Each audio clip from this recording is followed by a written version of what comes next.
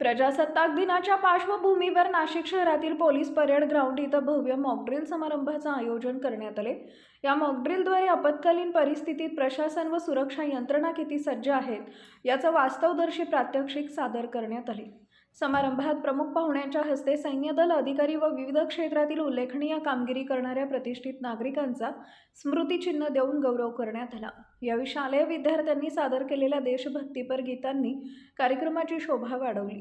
मॉकड्रिलमध्ये दहशतवादी हल्ला, लढाऊ ड्रोन शो, बॉम्बस्फोट, आग लागणे, जखमींचे बचाव कार्य व वाहतूक नियंत्रण अशा विविध आपत्कालीन परिस्थितीचं सादरीकरण करण्यात आले। पोलीस दलानं परिसराची घेराबंदी करत परिस्थितीवर नियंत्रण मिळवले, तर अग्निशमक दलानं आगीवर तत्काळ नियंत्रण मिळवण्याचे प्रात्यक्षिक दाखवले।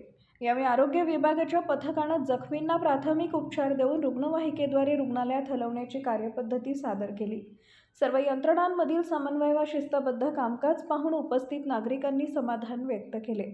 प्रजासत्ताक दिनानिमित्त आयोजित या उपक्रमातून सुरक्षित नाशिक, सज्ज प्रशासन असा ठाम संदेश देण्यात आला आहे।